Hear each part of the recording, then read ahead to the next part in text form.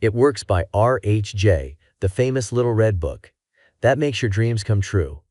A clear, definite, common-sense plan of accomplishment. Originally published in 1926.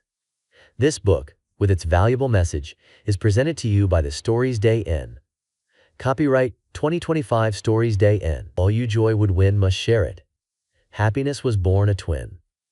Byron. The author sent the manuscript of this book for criticism to a friend who returned it with the notation, "It works." This judgment, born of experience, was adopted as the title of the book. A concise, definite, resultful plan with rules, explanations, and suggestions for bettering your condition in life. If you know what you want, you can have it.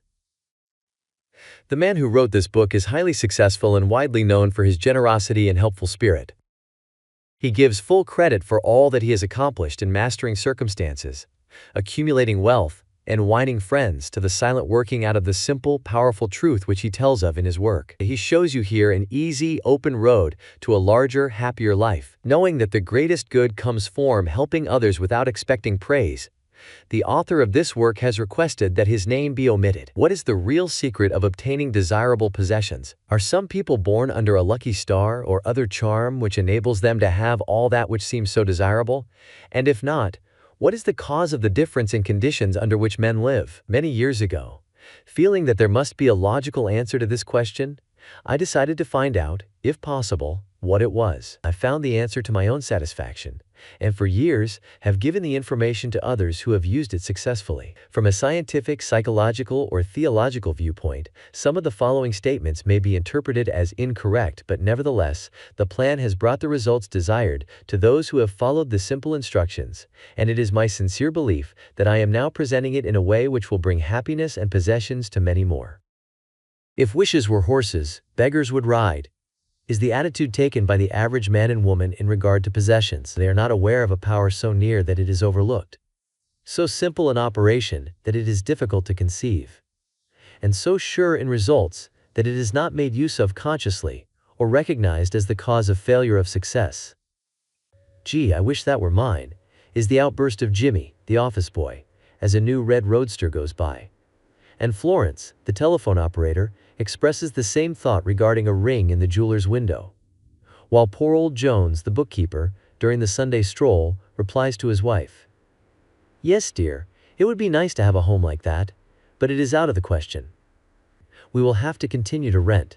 Landum, the salesman, protests that he does all the work, gets the short end of the money, and will someday quit his job and find a real one.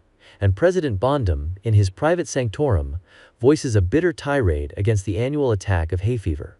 At home, it is much the same. Last evening, father declared that daughter Mabel was headed straight for disaster. And today, mother's allowance problem and other trying affairs fade into insignificance as she exclaims, "This is the last straw. Robert's schoolteacher wants to see me this afternoon. His reports are terrible, Kano, but I am late for bridge now.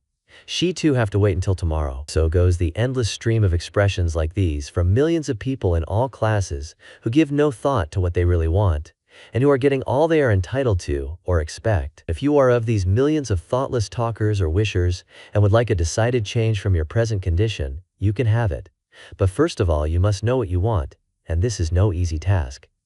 When you can train your objective mind, the mind you use every day, to decide definitely upon the things or conditions you desire, you will have taken your first big step in accomplishing or securing what you know you want.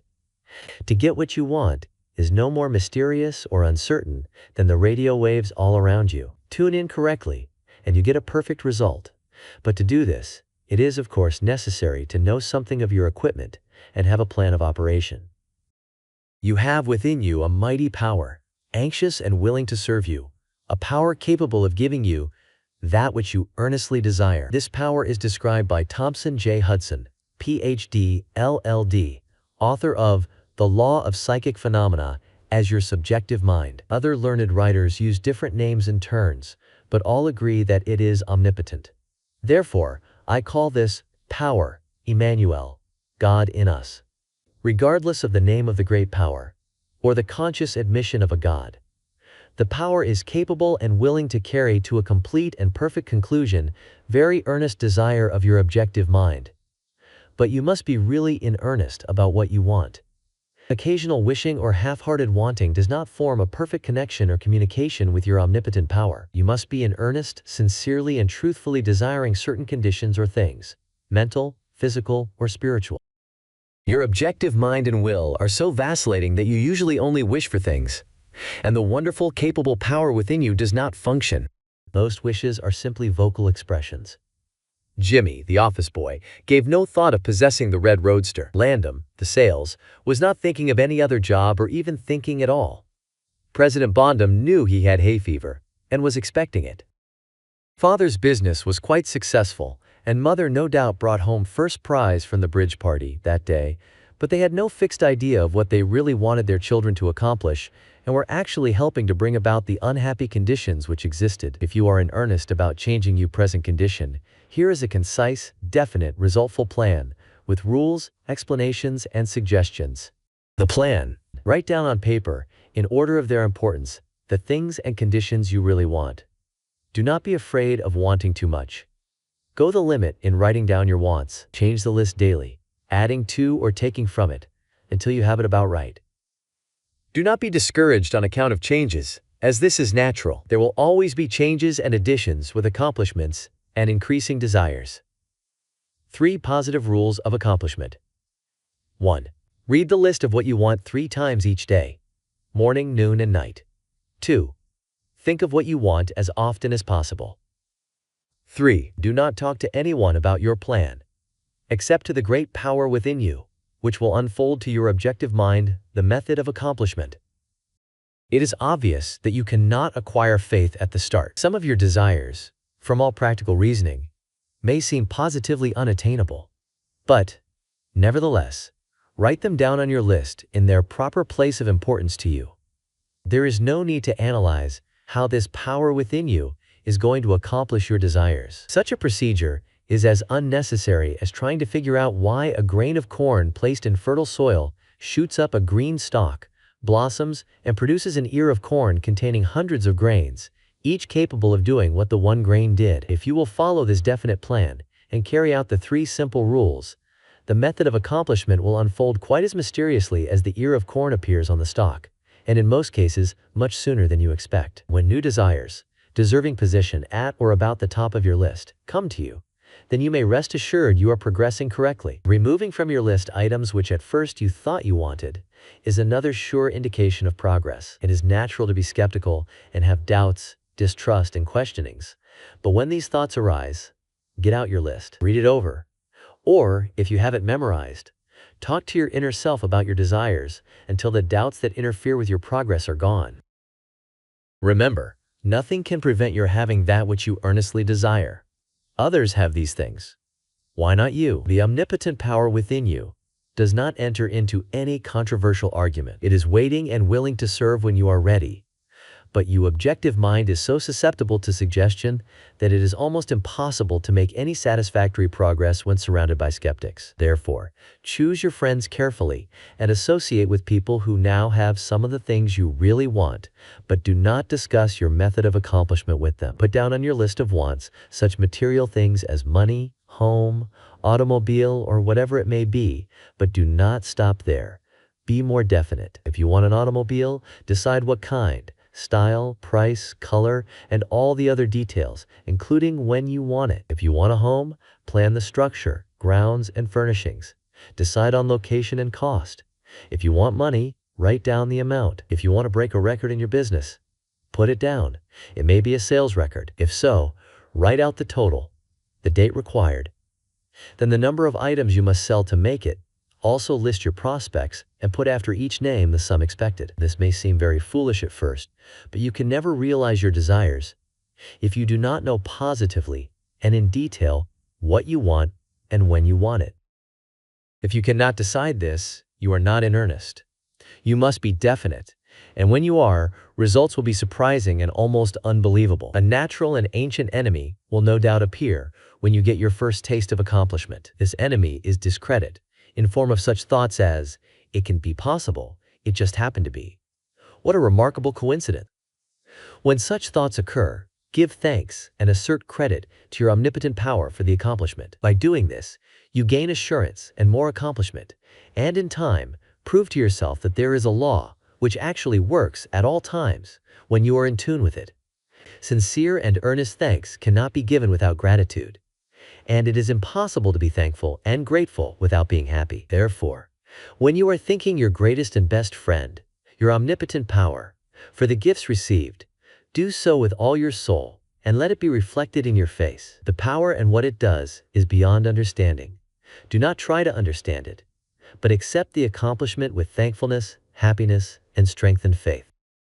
Caution: it is possible to want and obtain that which will make you miserable, that which will wreck the happiness of others, that which will cause sickness and death, that which will rob you of eternal life. You can have what you want, but you must take all that goes with it. So in planning your wants, plan that which you are sure will give to you and your fellow man the greatest good here on earth, thus paving the way to that future hope beyond the pale of human understanding. This method of securing what you want applies to everything you are capable of desiring, and the scope being so great, it is suggested that your first list consist of only those things with which you are quite familiar, such as an amount of money, or accomplishment, or the possession of material things. Such desires as these are more easily and quickly obtained than the discontinuance of fixed habits, the welfare of others, and the healing of mental or bodily ills. Accomplish the lesser things first, then take the next step, and when that is accomplished, you will seek the higher and really important objectives in life. But long before you reach this stage of your progress, many worthwhile desires will find their place on your list. One will be to help others as you have been helped. Great is the reward to those who help and give without thought of self, as it is impossible to be unselfish without gain. In conclusion, a short while ago, Dr. Emile Coué came to this country and showed thousands of people how to help themselves. Thousands of others spoofed at the idea, refused his assistance, and are today where they were before his visit. So with the statements and plan presented to you now, you can reject or accept. You can remain as you are or have anything you want. The choice is yours, but God grant that you may find in this short volume the inspiration to choose aright, follow the plan, and thereby obtain, as so many others have, all things, whatever they may be, that you desire. Read the entire book over again, and then again. Memorize the 3 simple rules. Test them now on what you want most this minute. This book could have extended easily over 350 pages, but it has been deliberately shortened to make it as easy as possible for you to read, understand, and use. Will you try it? Thousands of bettered lives will testify to the fact that it works. A letter to you from the author. Dear reader, the great possessions of life are all gifts mysteriously bestowed: sight, hearing, aspiration, love, or life itself. The same is true of ideas. The richest of them are given to us, as for instance, the powerful idea which this book has given you. What are you going to do with it? Are you surprised when I tell you the most profitable thing you can do is to give it away? You can do this in an easy and practical way by having this book sent to those you know who need it. In this way, you can help in the distribution of this worthwhile effort to make the lives of others better and happier. You know people who are standing still or who are worried and discouraged. This is your chance to help them help themselves. If you withhold this book from them, you will lose the conscious satisfaction that comes from doing good. If you see that they get this book, then you put yourself in line with the law of life, which says, you get by giving and you may rightly expect prosperity and achievement. At the very least, you will have the inner sense of having done a good deed with no hope of being openly thanked, and your reward will come secretly in added power and larger life. The author.